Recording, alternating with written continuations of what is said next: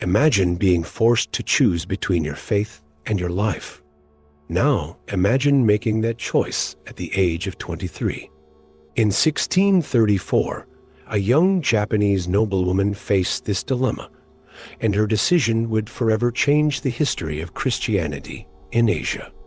Get ready to learn one of the most extraordinary stories of courage and faith ever recorded, the saga of Saint Magdalene of Nagasaki.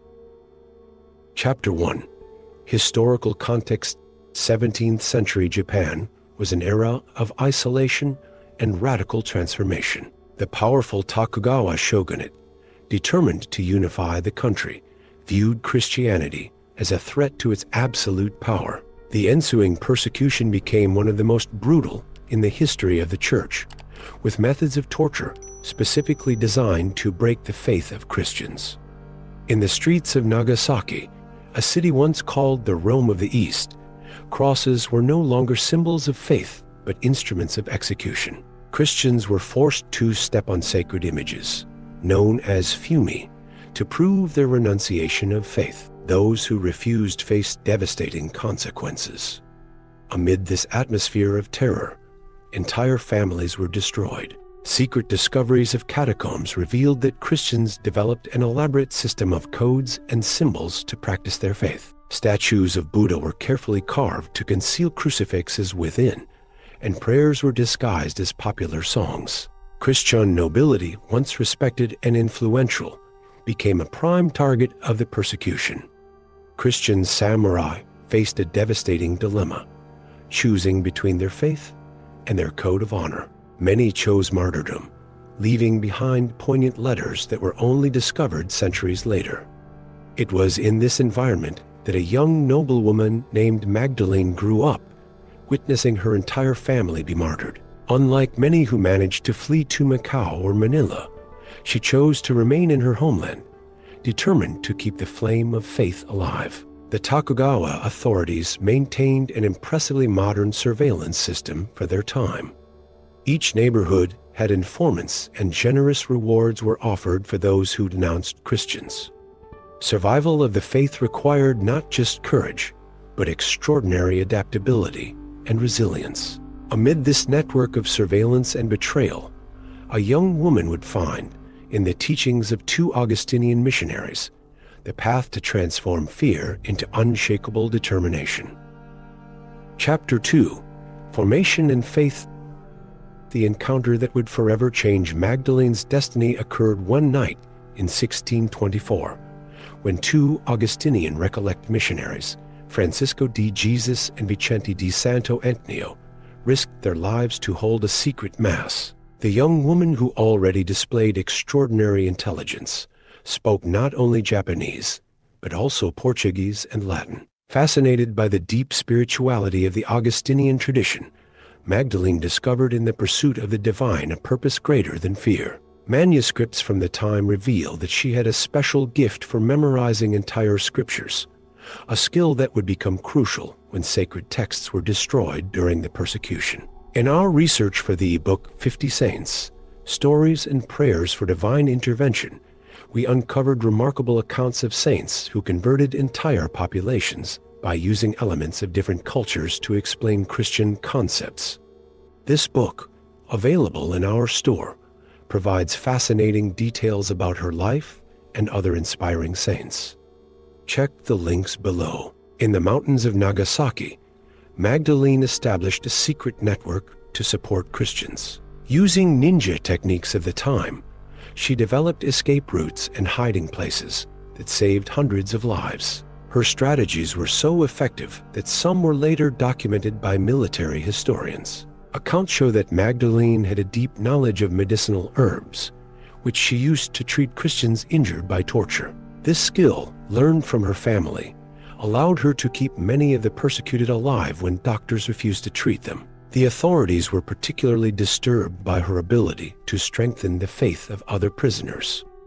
Recently discovered documents show that the shogunate itself considered her a greater threat than many foreign religious leaders due to her influence over the Japanese people. But it was precisely this influence that would lead her to make a decision that would shock even her persecutors, a choice that would turn her life into one of the most powerful testimonies in the history of Christianity in Japan. Chapter 3. Decision for Martyrdom. The autumn of 1634 brought with it a wave of apostasies that tore through the Christian community. Every day, more faithful succumbed to torture, a phenomenon the Japanese called kurobi, those who fall. From her hideout in the mountains, Magdalene observed these events and recorded her reflections on faith and sacrifice in a private diary. The authorities had devised an especially cruel tactic, forcing captured Christians to witness the torture of children. This strategy proved devastatingly effective, breaking even the most resilient. It was in this moment of profound crisis that Magdalene made a decision that would shock both Christians and her persecutors alike. On a September morning, she carefully donned her Augustinian tertiary habit, traditionally reserved for solemn occasions. She gathered her few possessions, a rosary made of knotted rope, as bead rosaries were forbidden, and a few religious books carefully hidden in medicine containers. Before leaving, Magdalene performed one final act of resistance.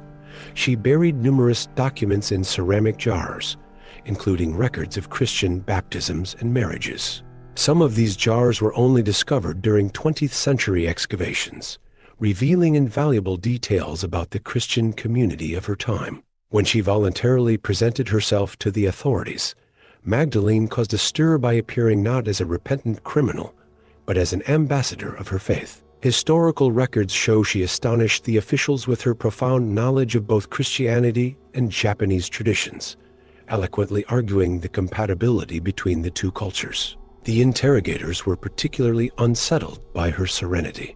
A recently translated document reveals one officer's observation: "She does not tremble like the others. Her eyes shine with a disturbing certainty. It is as though she has come to judge us, not the other way around." Magdalene's calm and dignity enraged her captors, who decided to subject her to a form of torture so brutal that few survived beyond the third day. What they did not anticipate was that her martyrdom would become one of the most extraordinary testimonies in the history of Japanese Christianity. Chapter 4. The Martyrdom. The method of torture chosen for Magdalene was known as tsurushi, the inverted hanging. The Japanese had perfected this technique to maximize suffering without causing immediate death. The pit where she would be suspended was of a specific depth, calculated to create precise pressure on the body. Historical documents reveal a surprising detail. Magdalene requested and was granted permission to wear her religious habit during her ordeal. This rare concession demonstrated the reluctant respect even her executioners felt for her. The black fabric of the Augustinian habit stood in stark contrast to the October sky. The guards recorded something extraordinary. Instead of the usual screams of agony, they heard hymns. Magdalene had memorized dozens of hymns in Latin, Portuguese, and Japanese. Her voice, though weakened by pain, retained a surprising clarity that echoed through the walls of the pit, drawing curious crowds. A little-known detail is that some of the guards began secretly documenting her words. Fragments of these records have survived, revealing that she alternated between traditional prayers and profound reflections on the meaning of suffering. At times, the documents state, she even consoled the guards assigned to watch over her. On the 10th day, something unprecedented occurred. The authorities offered her a quick death in exchange for a simple act of apostasy. Magdalene's response, preserved in archives, was delivered with surprising composure. "My life no longer belongs to me. Every moment of pain is a jewel I offer to my Creator." On the 13th day, an unexpected storm swept through Nagasaki. The pit began to fill rapidly with rainwater. Records indicate that her final words were a Magnificat in Japanese as the waters rose. Fearing that her body would become an object of veneration, the authorities ordered her immediate cremation. What her persecutors could not have foreseen was that, in their attempt to erase all physical traces of Magdalene, they would inadvertently contribute to transforming her story into a legend. Her tale would cross centuries, inspiring generations and culminating in a recognition that even time could not erase. Chapter 5. Legacy and canonization. For centuries, the story of Magdalene of Nagasaki survived through an extraordinary oral tradition. Among the communities of the Kakure Kirishitan, the hidden Christians of Japan, her name was whispered with reverence, passed down from generation to generation as a symbol of spiritual resistance. In 1865, when Japan finally reopened its doors to the world, French missionaries were astonished to discover entire communities that had secretly preserved their faith for over 2 centuries. In many of these communities, they found prayers and hymns that mentioned Magdalene-sama, as she was affectionately called. One of the most fascinating aspects of her legacy is her influence on Japanese art. Recent discoveries revealed hidden paintings on traditional folding screens by Bu, where Christian artists secretly depicted her martyrdom using ukiyo-e techniques, disguising Christian elements in seemingly secular landscapes. In the 1970s, archaeologists uncovered a collection of artifacts in Nagasaki that revolutionized the understanding of her story. Among them was a knotted rope rosary and fragments of a diary, which later analysis confirmed to belong to Magdalene's era, providing crucial evidence for her canonization process. The most emotional moment of her official recognition came in 1987, when Pope John Paul II canonized her in a historic ceremony. The event was especially significant as it made her the first Japanese woman to be declared a saint, a milestone in the history of the Asian Church that inspired a wave of female religious vocations in the region. Today, her shrine in Nagasaki welcomes pilgrims from all over the world. Interestingly, many non-Christian Japanese honor her as a symbol of integrity and courage, transcending religious boundaries. Her story is studied in Japanese universities as an example of the complex interaction between faith and culture during the Edo period. And so, 4 centuries after her martyrdom, the flame that Magdalene kept alive continues to illuminate hearts and minds, reminding us that true strength lies not in the power to subjugate, but in the faith that liberates. The story of Magdalene of Nagasaki reminds us that real strength does not come from wielding power over others, but from the courage to remain faithful to one's principles. 4 centuries later, her example continues to inspire people of all beliefs to face their own battles with dignity and determination. If you want to deepen your knowledge of inspiring stories like this one, I invite you to become a member of our channel. As a member, you will gain exclusive access to bonus content, including rare historical documents and in-depth analyses that we cannot include in regular videos.